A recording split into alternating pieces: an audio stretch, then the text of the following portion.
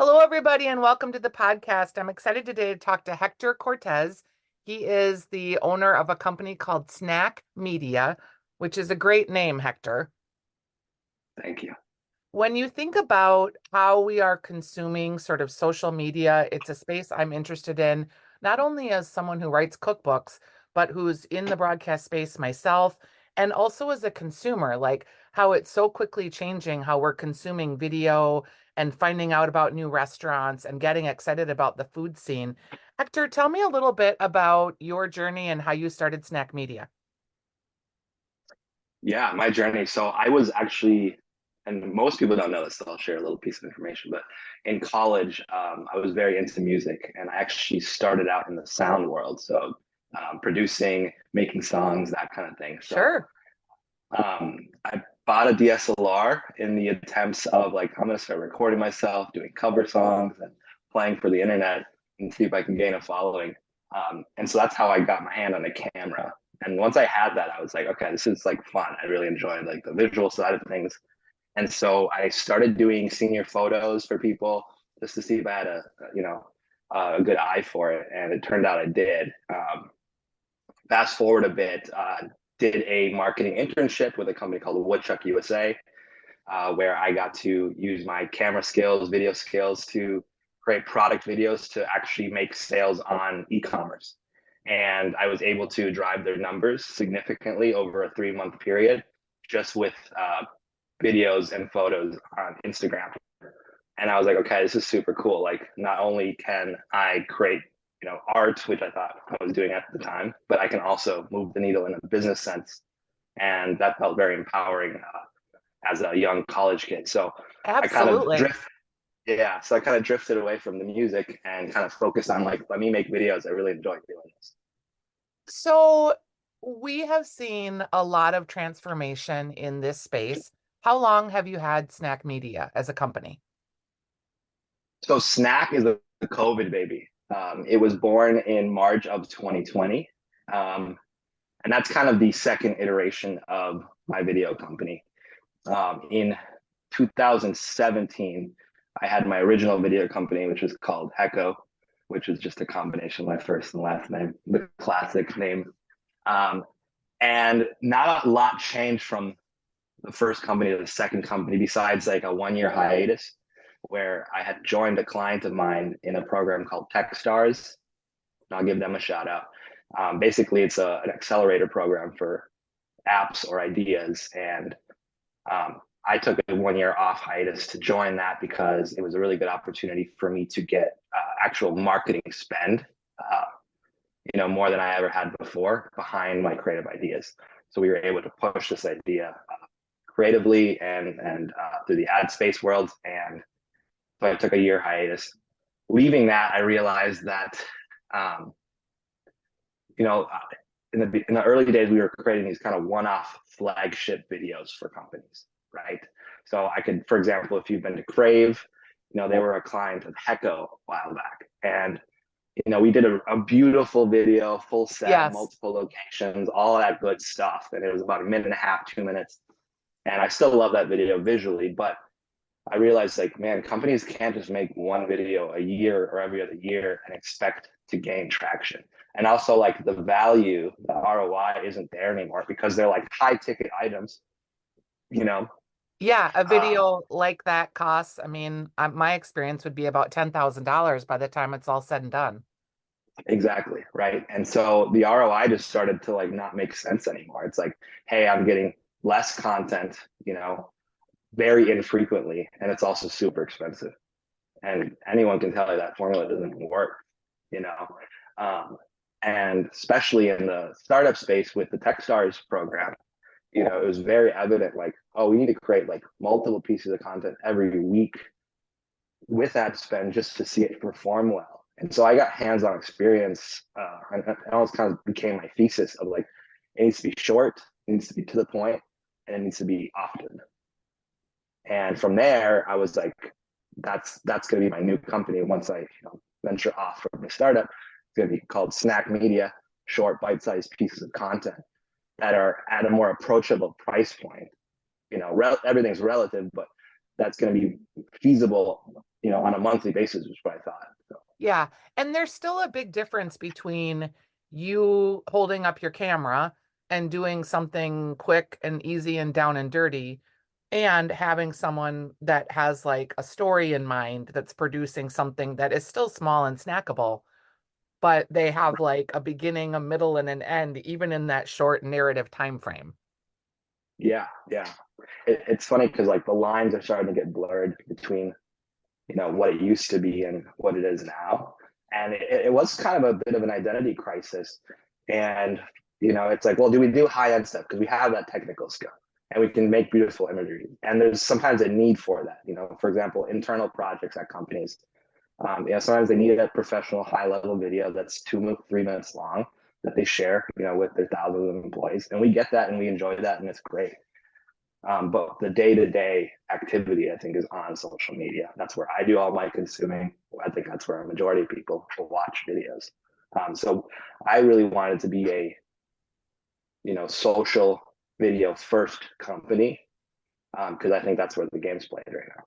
Yeah, and it's really smart because that's what intrigued me about when I learned about you right away. I thought, oh, this is interesting.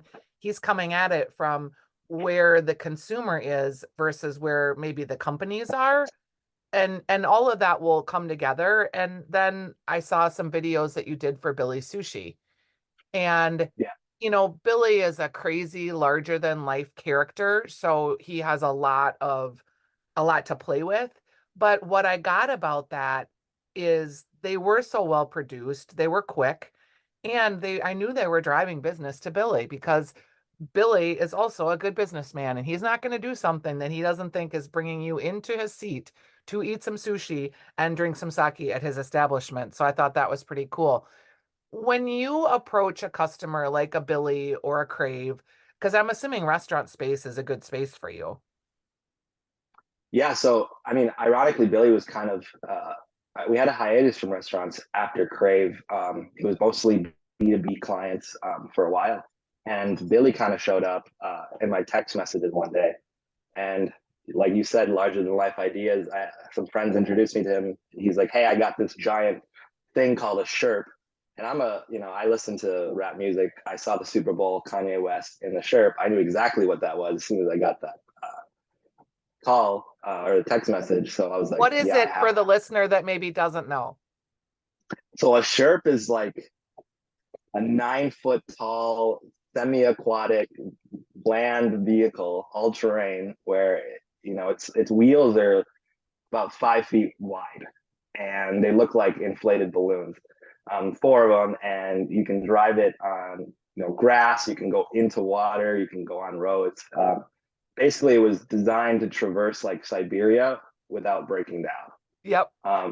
It's got like 10 gallons of gas in each wheel, so it goes forever. I mean, it's just a roaming vehicle, basically.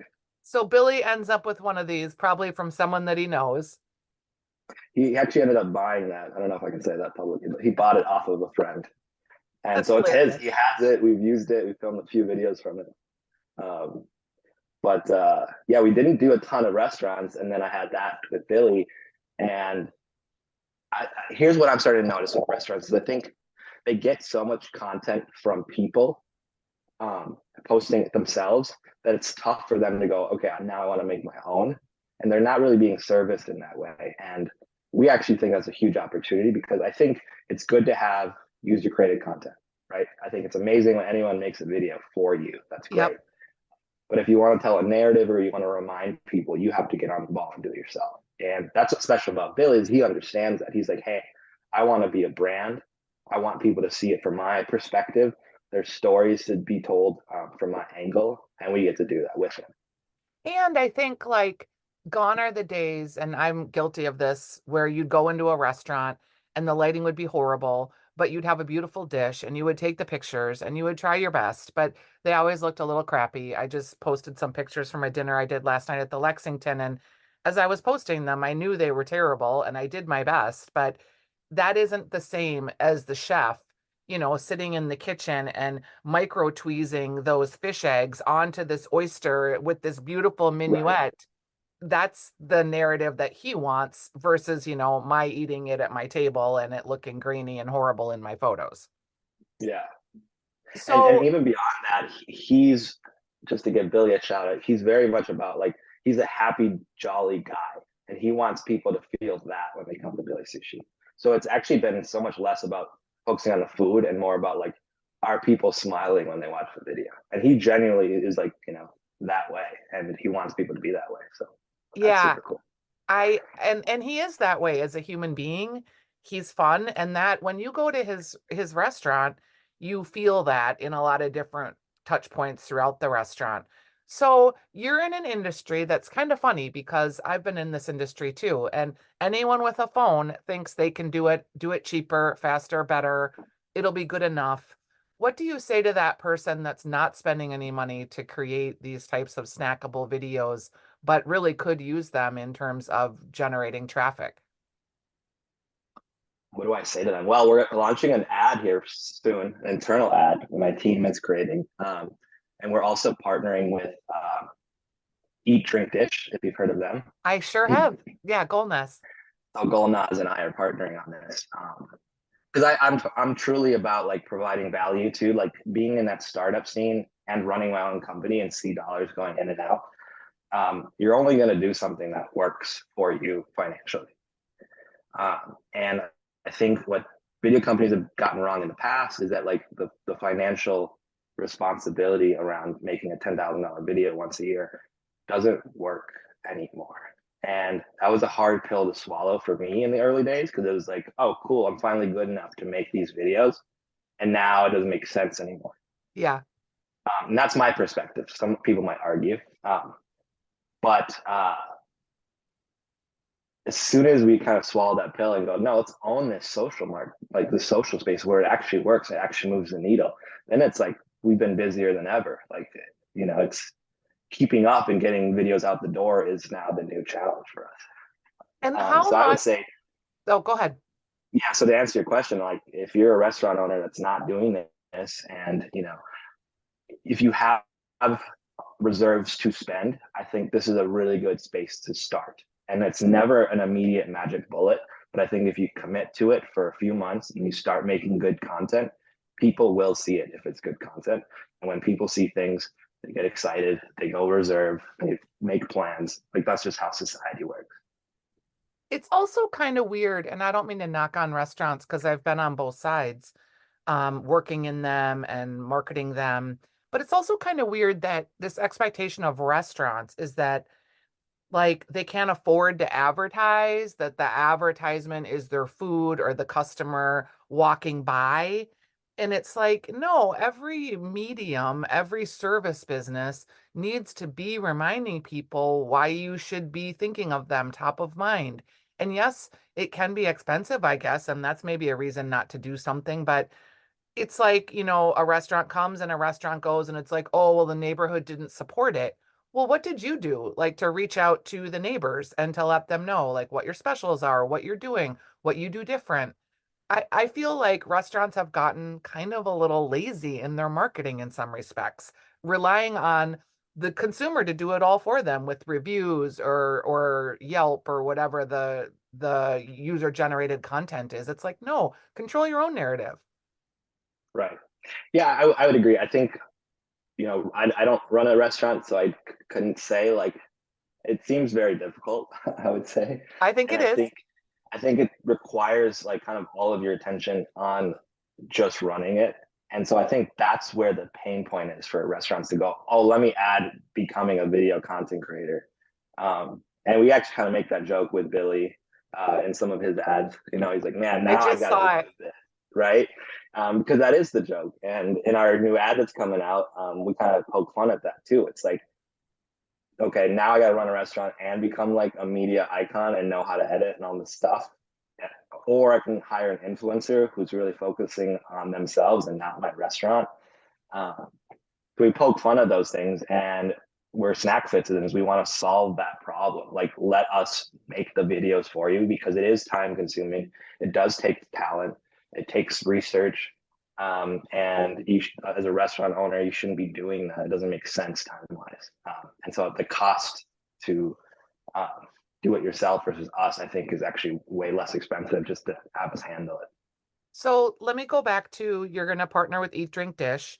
And I want people to leave this podcast to generally have an idea like what does a partnership look like? Not necessarily specific to her, but when working with you, and what kind of things do you provide, and how much would they need to budget to have something like this go forward?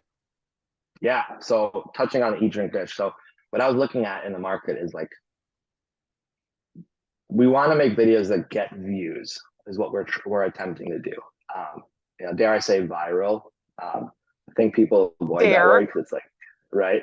People avoid it, and I think for a long time people avoid it because it's like, oh, that's a lot of pressure. You can't guarantee something to go viral. But then I started thinking, the videos you see on your Instagram feed are the best of the best performing videos right now. And that's because the algorithm has shown it to people, have A/B tested it at scale, and then now what ends up on your feed is the best content.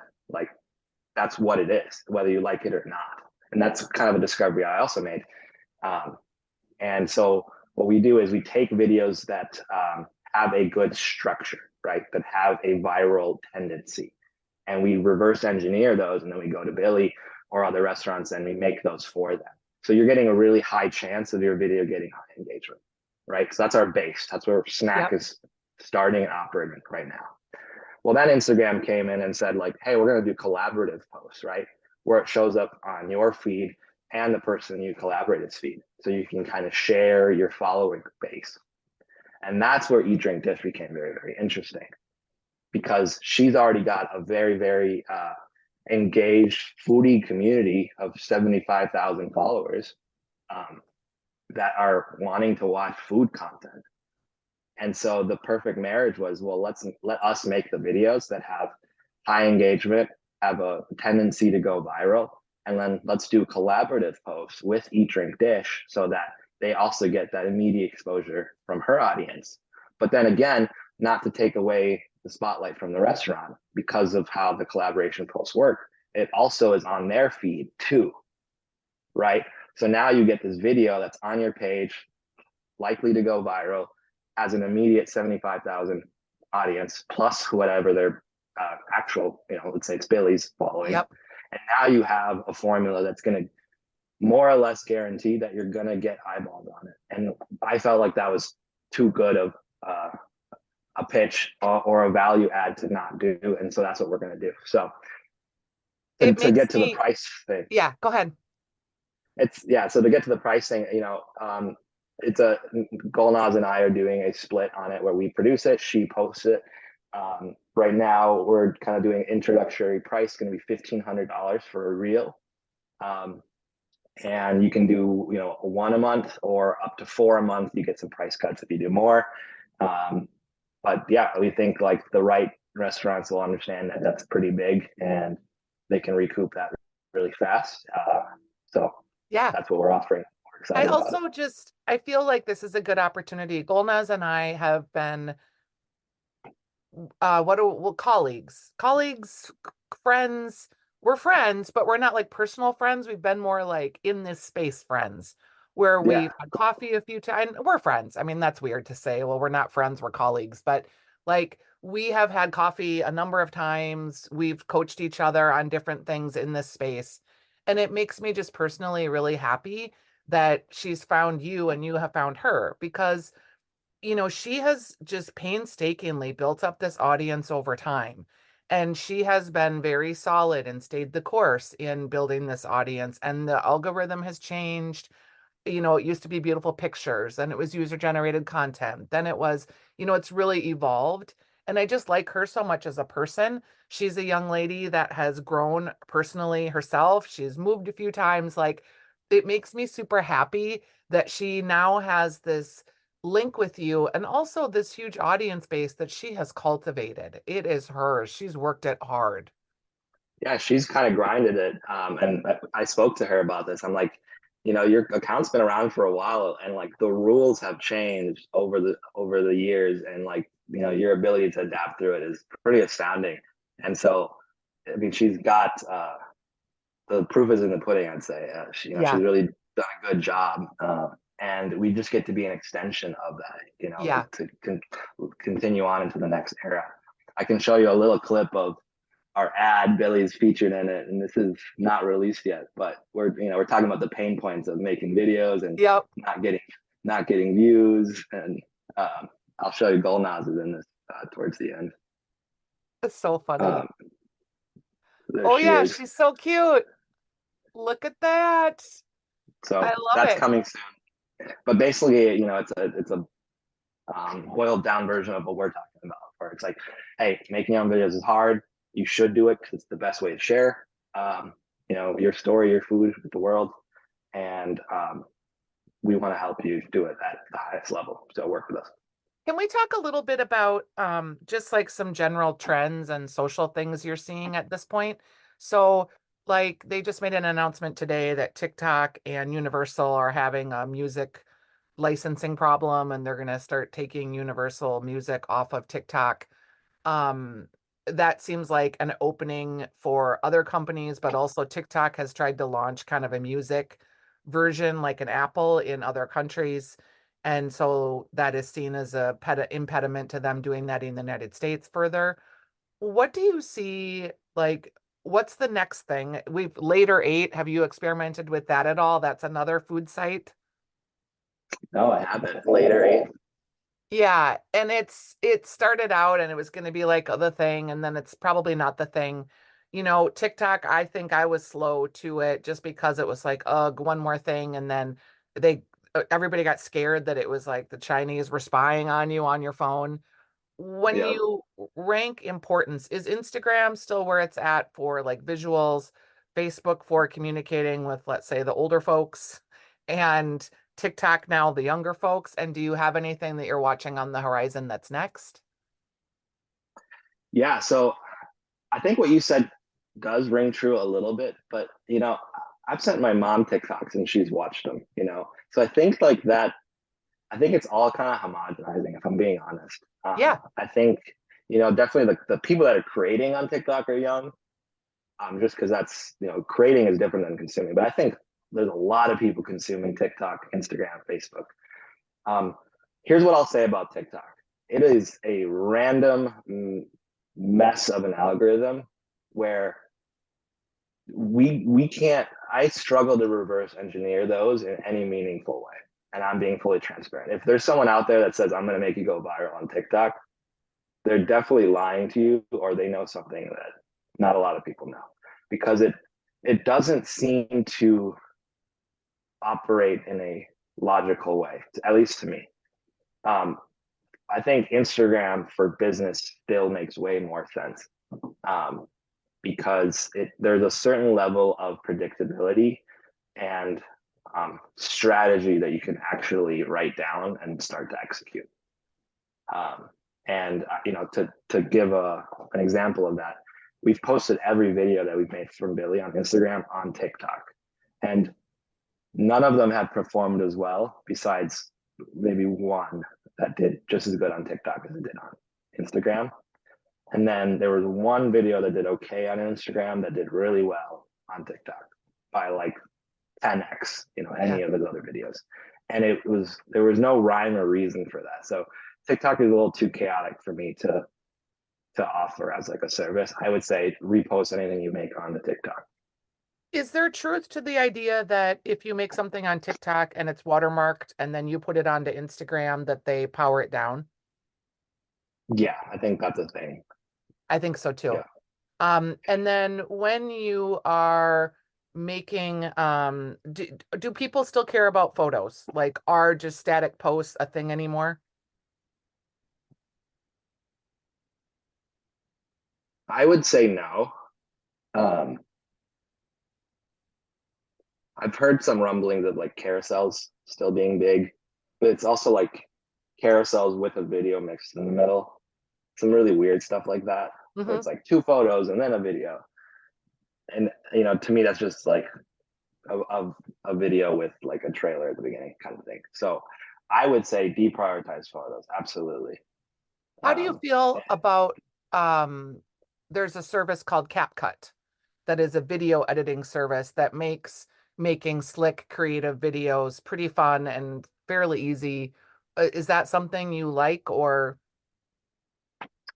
I think it's a great tool for people to start getting their hands on it themselves. I don't personally use it, but we have opened the floodgates to anything and everything that helps us do it faster and better.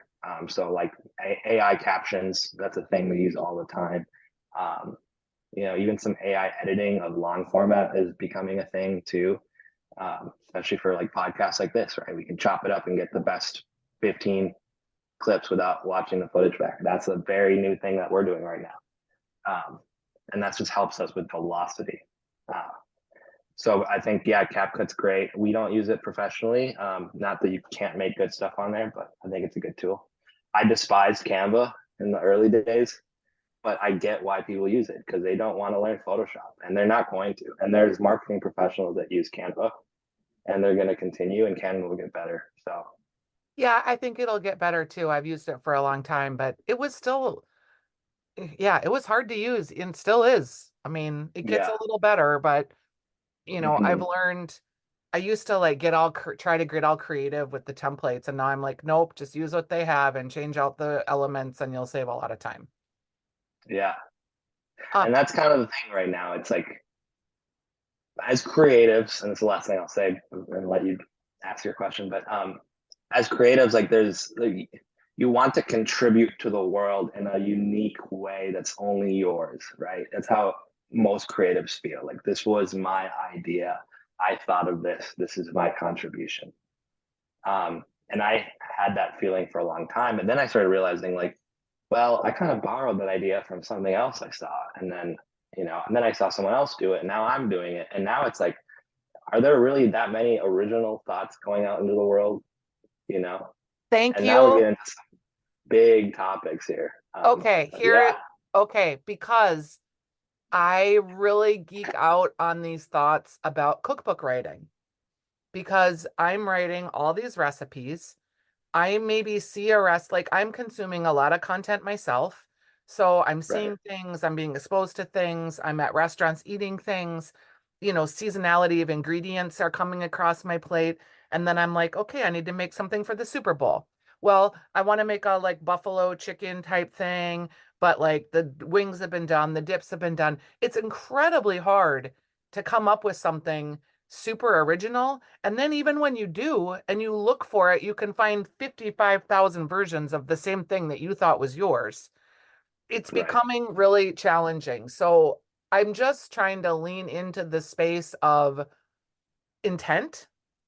Like, is my Yes, intent pure? And am I not like literally going to someone's website and scraping their recipe and scraping their ingredients? Am I making it in a way that feels unique to me, that feels fresh to me? Am I documenting that process?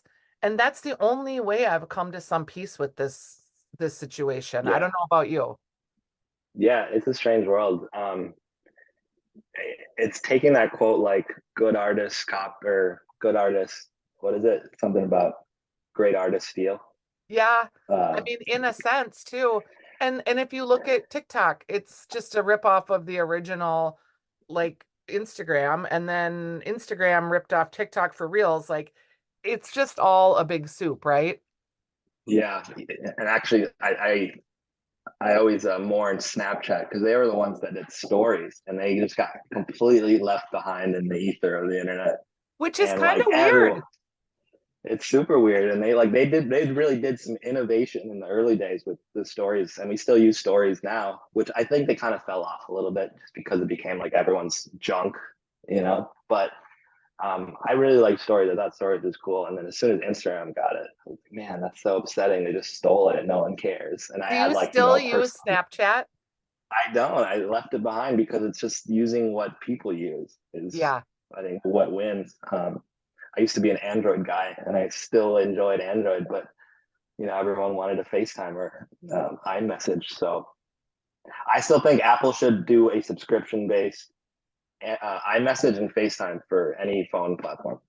Oh, Like if you're on yeah, that Android, you you can could log pay in. Yep. $20 and you got iMessage and FaceTime. Everyone's connected. Apple still gets their billions. Everyone's happy. And we wouldn't need WhatsApp then. Exactly. Okay. How do you, I'm going to ask a few more questions here and then we'll wrap it up. User generated content is what a lot of people are relying on to drive their marketing messages. This is Yeah. content that's created by the people that use their products, not driven by them. Are we seeing less interest in that or more as we go? Hmm.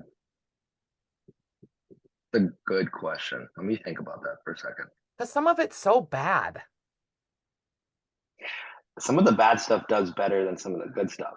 Well, and I was Yeah. gonna say we seem to be like the amateur-ish things that like I would never have posted a photograph like that before is almost now the thing that because it feels authentic. The word authenticity is getting thrown around a lot, probably too much, but we got so Yes. jaded about the internet and so jaded about fake news that now everyone's looking for this authenticity. But let's face Yeah. it, like I'm just gonna throw out this, if you look at like Ballerina Farm or you look at any of these giant massive influencers, they're making sourdough bread from scratch into pizza, homemaking the cheese, milking the cow. Like that's not authentic. That's not really happening. Right. Yeah. Yeah. We're in a weird space in time right now. I think 2022 to now is a weird space in time, because it's like the smart people know that you need to make it amateur to be authentic. But then it's like, is that authentic? Or are we just playing this weird game? It's like Yes. cat and mouse, you know? Um, And we, influencers, like you used to be able, like there's an influencer that she's got like a tiny shirt on and 9 dishes in front of her, and it's like, ooh, look at this delicious food. Well, you can tell that she hasn't eaten any of that and will never eat it because you can just look at her and be like, there's no way that girl eats that stuff. yeah, So like the influencer game, you used to get paid to influence or paid to post. The industry is larger than ever, but it seems like it's really switching who it's using to influence. yeah, yeah, I agree. I think people that are like professional influencers or are creating UGC content, like, and that's what they do. I don't think it's UGC anymore. I think that's a new kind of creator that specializes in a specific format. And we're starting to create those formats ourselves, right? So I think UGC is a random person walks in, takes some video of your food, and then shares it, tags the company, but doesn't have any financial interest in it. That to me is UGC, and I think that's valuable and that's great. That's like real word of mouth. I think if someone's spending more than 10 minutes editing something, it's now a professional service. And so I think I think that style is something to be used until it's not. And we're using it right now currently, but I don't think it'll be forever. I think that style is just a trend. Um, And like, here's my prediction, and we could just geek out on this forever, but you know how like celebrities always end up coming in and stealing everything. So like we like creators started podcasting, right? I've been podcasting for 7 years. Well, now like, ooh, the number one podcast is Smartless with three professional actors just hanging around talking like they're buddies.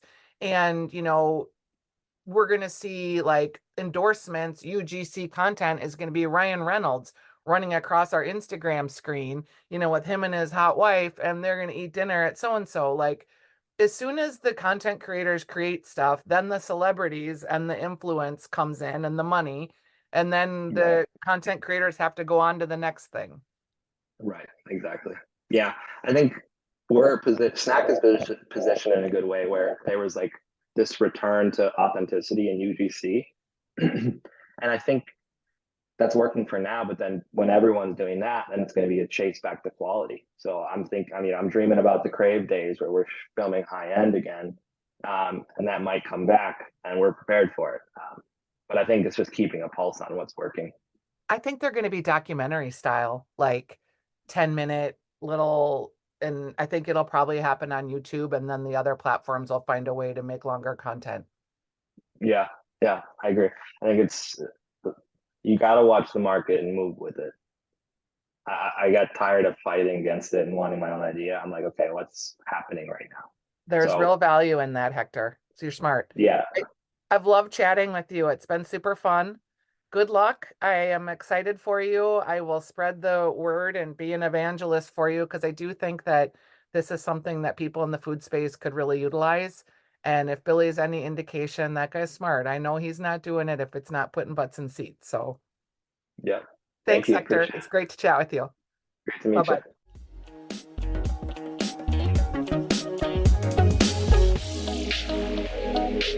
you.